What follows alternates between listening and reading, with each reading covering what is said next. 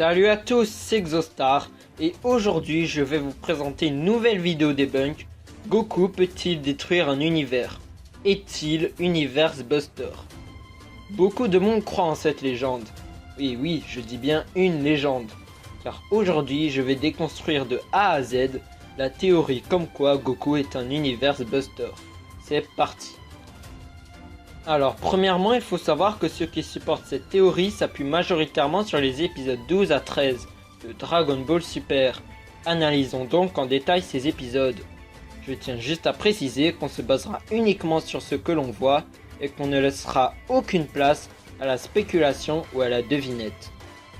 Commençons par analyser le feat, puis nous passerons aux statements. Tout débute dans l'épisode 12 lorsque Beerus et Goku se rejoignent dans la stratosphère. Le combat commence donc.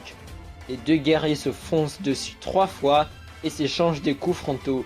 Mais quelle est l'ampleur de la destruction causée? Assistons vraiment à la fin de l'univers? Bien sûr que non. Ils détruisent une petite planète et quelques morceaux de planète. Exactement un quart d'une planète, plus un demi, plus un demi, plus un quart. Ce qui fait une planète et demie de détruite au moins. Le vaisseau de la capsule Corp s'endommage juste un petit peu. Quelques roches sont désintégrées et le sol de la Terre se fissure. Au final, on n'assiste à pas grand chose. Le Soleil, la planète Caillou et la Terre sont quasiment intacts, si ce n'est pas parfaitement, et ne parlons pas du domaine des Kaioshin. Néanmoins, Goku parvient à annuler l'effet du troisième coup, en synchronisant la vitesse et l'angle de ses coups à ceux de Beerus. À partir de là, nous pouvons mesurer l'ampleur de leur destruction. Le premier coup a détruit 2 planètes, le deuxième a détruit quelques météores et le troisième a été annulé. On peut donc considérer que l'exploit est multiplanète buster. Mais étant donné que la destruction est le résultat du choc entre les coups de Beerus et Goku, le feat doit être attribué aux 2 personnages et donc on doit le diviser. Le plus raisonnable serait de diviser par 2, ce qui donnerait un feat planète buster pour chacun. On peut après supposer que la destruction est due essentiellement à la présence de Beerus, dieu de la destruction, qui amplifie l'effet de destruction. En effet, il est plusieurs fois répété dans la série que le combat entre 2 dieux de la destruction pourrait détruire l'univers.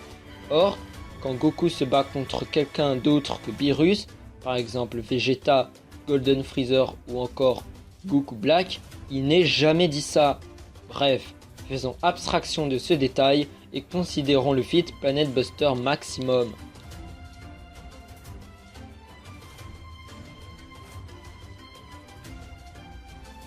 Après une multitude de coups contrôlés, Goku fait un Kamehameha contre l'orbe d'énergie de Beerus et l'impact entre les deux diffuse des ondes de choc qui désintègrent complètement une planète, mais ne laisse aucun dégât à la planète du Caillou du Nord. Après quelques minutes, l'impact crée une explosion qui émane une lumière à travers une grande partie de l'univers, ce qui crée une masse d'énergie électrique super intense dont les ondes de choc ne font aucune destruction. Cette masse d'énergie explose par la suite, diffuse encore une lumière qui couvre la Terre et une partie de l'univers.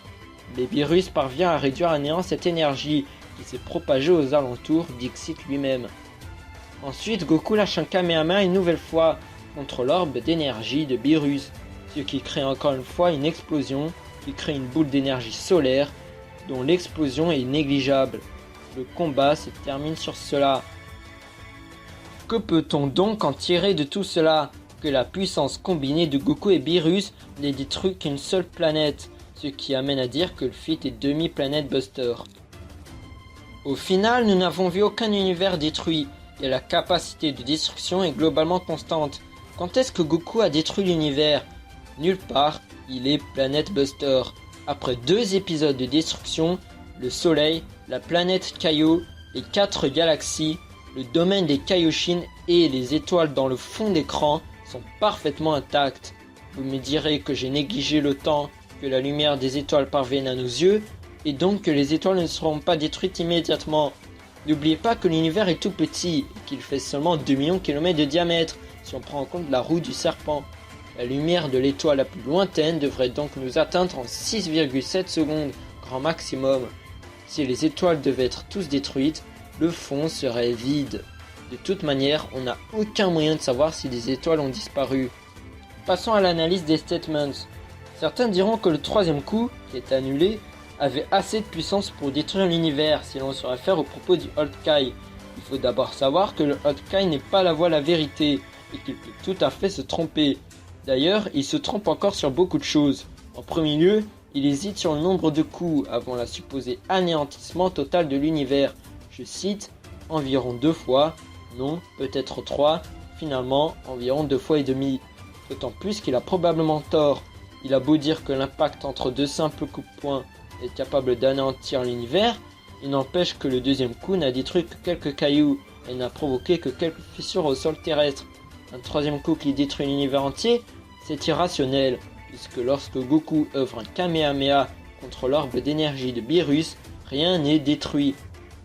Si vous êtes un minimum logique, vous savez que l'écart de puissance entre un Kamehameha et un simple punch est immense. Or, si les coups de poing devaient anéantir l'univers, le Kamehameha aurait dû le faire instantanément. Or, ce n'est pas le cas. C'est logique.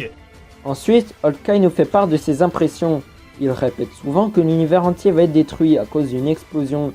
Déjà d'une, c'est faux, puisqu'à chaque fois que l'on voit une explosion, on voit seulement la propagation de la lumière émise, mais aucune destruction. Et ce sont clairement les mêmes explosions à chaque fois, si ce n'est pas quasiment. Notons la dernière explosion, celle de la boule d'énergie solaire, dont l'implosion fut à peine City Buster, voire Building Buster.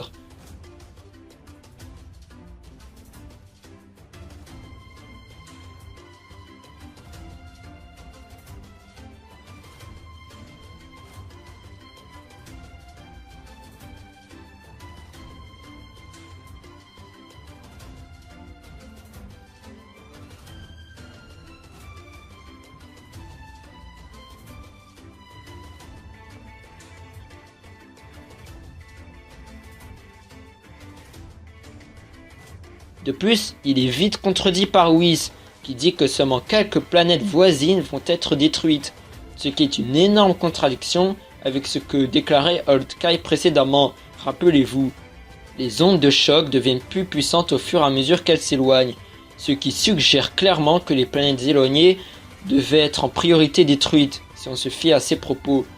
En fin de compte, nous avons deux visions qui s'opposent. Devons-nous croire à un vieux cynique qui fait part de ses hésitations, ou à l'ange à l'esprit rationnel qui a l'habitude de côtoyer Beerus? Objectivement, la deuxième option semble la plus raisonnable. D'autant plus que Old Kai et les autres Kai se sont trompés de multiples fois dans le passé et n'ont jamais été une source fiable ou crédible. Il s'est trompé sur le fait que la fusion Potara de végétaux était permanente. Shin surestimait ses adversaires et se trompait sur le véritable potentiel des Saiyans. Chez eux, tout est surenchère et spéculation. Ils sont juste là pour surdramatiser les événements. Puisque je citais Whis précédemment, certains s'amuseront à dire que Whis aussi confirme que l'univers sera détruit. D'une part, il ne dit pas cela, c'est une mauvaise traduction. Il dit que le monde sera détruit. Le monde peut signifier tout et rien en même temps, attention. La Terre, les planètes ou vraiment l'univers entier. C'est un terme abstrait qui n'est pas monosémique. On ne peut donc pas le considérer comme preuve tangible. Et non, ce n'est pas de la mauvaise foi, mais de la rigueur pour rendre l'ensemble cohérent par rapport aux exploits accomplis. D'une autre part, il parle des planètes environnantes, ce qui se rapproche plus des exploits vus lors de leur confrontation, celle de Beerus et Goku. Une destruction planétaire répétée qui aboutit graduellement à une destruction universelle. Or, quelle est la définition d'Universe Buster? Vous l'aurez deviné, la capacité de détruire un univers en une seule attaque. Or, tout cela fut l'œuvre de Beerus et Goku en même temps, combinés, et la destruction s'opère petit à petit. Non, Goku n'est pas Universe Buster, le fit est Planet Buster. Certains citeront des éléments didactiques externes à l'œuvre, tels que le titre ou la narration. Le titre de l'épisode 12 n'est pas une preuve, je suis désolé. Déjà, c'est une interrogation, donc ce n'est pas une certitude, comme en témoigne le point d'interrogation. C'est une méthode qui consiste à intriguer les visionneurs et les inciter à voir l'épisode afin d'obtenir une réponse à la question posée. De plus, le titre évoque simplement un effondrement qui s'effectue au fur et à mesure du temps. C'est donc pas en un seul coup. Ensuite, certains évoquent le narrateur. Il a faux puisque l'explosion a produit finalement une boule d'énergie électrique. Finalement, le feat n'a rien d'Universe Buster. N'oublions pas que j'ai omis de mentionner le manga. où la confrontation entre Beerus et Goku n'a strictement rien détruit du tout.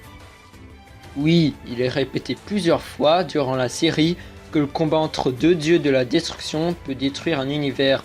Oui, c'est vrai, mais progressivement, en détruisant une planète, pas l'ensemble en un seul coup. Vous l'avez très bien vu dans le manga. Vous ne pourrez pas me contredire puisque cela demeure cohérent par rapport à la logique de l'œuvre.